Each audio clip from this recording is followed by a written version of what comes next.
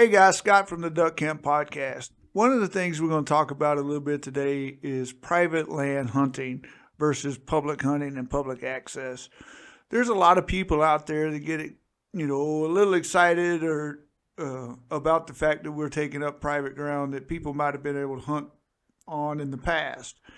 And there's several issues that I want to educate people about. Number one, we're not out there buying up ground just for duck hunting. The ground that gets bought by people associated with duck camp are people wanting to sell their farms because the generational gaps, the next generation not wanting to be a farmer, things of that nature. So when we buy it, as an organization with our partner company, or my partner company buys it, it is to preserve that farm ground. It ain't. We're not buying it to go duck hunting. We're buying it to preserve it. And one of the reasons why people reach out to our sister company is because they know he is buying it to preserve it in farmland. And I've said in meetings with owners wanting to sell their ground, and one of the stipulations is that they want my buddy to buy the place so that it does stay farm ground forever. So the stuff that people sell that used to give access to, that's not really anything we have control over when people sell their property to our sister company, and now we get to hunt it. So that's part of it. Number two, one of the reasons why a lot of the public stuff that was in the Washington private land hunt that was public access, a lot of reason why people are pulling that out of there is because of the things that other people are doing. There's a farmer that I know that it doesn't matter if he owns it, leases it, but if he leases it for farming, his rule is there's no hunting, or he won't lease it to farm on. And it goes back to a piece of property that was in the Washington private land use, and some people dug in some coffin blinds in the ground and never took them out. And the guy's out there in the spring and runs into the coffin blind and breaks an axle on a $350,000 tractor. And he said, "That's it. No more hunting on my property, when I'm farming it. Period."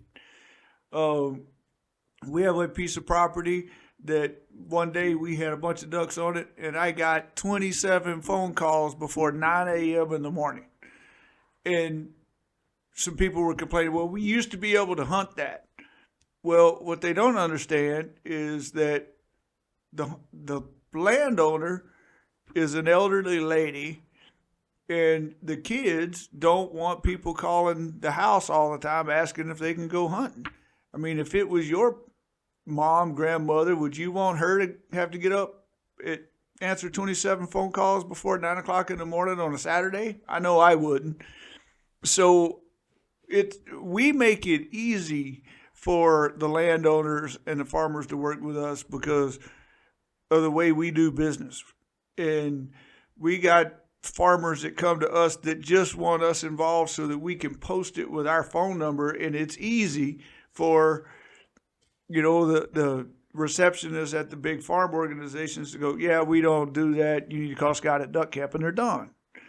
And so if a farming company is getting 20 phone calls a day that average 5 minutes, that's time that employees are being taken away from their real job just answering phone calls about hunting on ground. So the society that we live in today makes it difficult too, because I hear things about, a guy had let somebody come out and was in the private land use Washington deal, and guy comes out, leases the ground, gets stuck crossing the irrigation ditch, got to call 911, fire department comes and gets the guy out of the ditch, and then the guy tries to sue the landowner for not having the ditch posted, saying this, don't cross the ditch. So obviously that guy's not going to leave it out there for public hunting. And the bad part about it, guys, in the waterfowl world, I understand that for the waterfowl world as a general, it is a bunch of really, really good people. But it's the few that ruin it for the many. So when we're taking up private ground, it's not about the money for these farmers. We don't. It's we do a lot of other things to help them, and we're involved with a lot of the farming from throughout the whole season. So we do things a little bit different. But for the most part, these people are coming to us to want us to lease their land because it mitigates their risk in a world where everybody's trying to sue somebody. It mitigates their risk from not having tractor equipment get tore up because they know we're going to take care of it. If we put in a pit blind or a coffin blind, we're going to fix it before we're done. We're going to be courteous about things. Hey, can we drive out here? Can we drive on this grass? Do we need to stay off of this? And we're not going to go out there with just the general public and not know what's going on. The farmers know that when we go on the ground, it's going to be with a guide that has a certain set of rules he has to follow. One of the rules that we put in place last year, because there was is if we're out hunting and there's a farmer trying to work that field, whether we knew it or not, we just pick up and leave. And if we're with clients and we got to pick up and leave because they decided that they got a dry moment to go and do some harvesting, that client gets to come back another day, for free. So that's the private land piece and why we use it. The other part that I hear a lot about is people getting upset that we're changing the flyway in our area. So just to touch on that real quick, there's a couple of things reason why people should be excited about what we're doing. Number one, farming is becoming way more efficient than it's ever been. When these guys go in and they chop their corn for corn silage, there's not a lot left on the ground. There's no incidental loss, especially here in Washington, northwest Washington. When the guys are harvesting barley, we have such a mild climate in October with rain. All the incidental loss, whether it be black beans or barley, it winds up sprouting before the winter kicks in. And ducks and geese, they don't really care about eating bean sprouts. They want the bean. They want the nourishment of the either the grain or the beans, and we lose a lot of that. So as farming progresses, there's less and less waste to hold the birds in the whole valley. So with what we're doing by leaving food, farming the ducks, we're keeping more ducks local because we have a food source for those birds to eat from October all the way out into February. We had birds here on our property at the lodge all the way out till May. That helps everyone. There's not a piece of property that we lease that the ducks don't have to fly over other stuff to get to us, public land stuff to get to us. Even here at the lodge, where we have pretty much control over everything on the, inside the levee, there's still Washington Department of Fish and Game property on the outside of the levee that holds 30, 40,000 birds that are coming to us.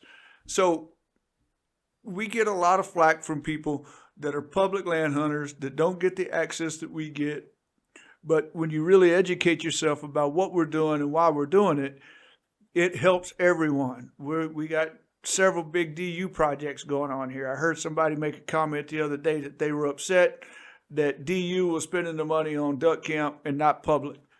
What those people don't understand is that we're helping establish salmon habitat.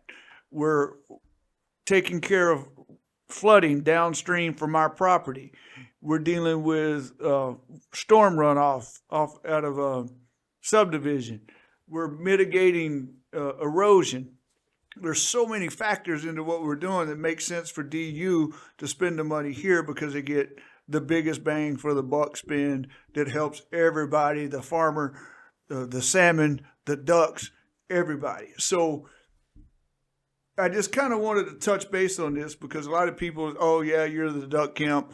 You guys are taking all the ground and it's affecting the whole valley. We are affecting the valley, but we actually think and care about all the duck hunters. And I encourage people, if they got an issue with what they're doing, with what we're doing, or they want to learn about what we're doing, they want to educate themselves, My phone number is out all over the place on Facebook, our website, on the signs. Give me a call. We'll talk about it. And I guess I kind of got on my soapbox there for a minute about private versus public, but the waterfowl community needs private people because that is where the food's coming from. We care about producing birds. We care about making hunting better for everybody. And there's plenty of birds for all of us to hunt. And if you need some help learning how to hunt, where to go, how to scout, any of those things, stay tuned to the podcast. We're going to be talking all about that stuff, waterfowl ethics and everything else. I hope that wasn't too boring. You guys have a great day, and we'll see you next week.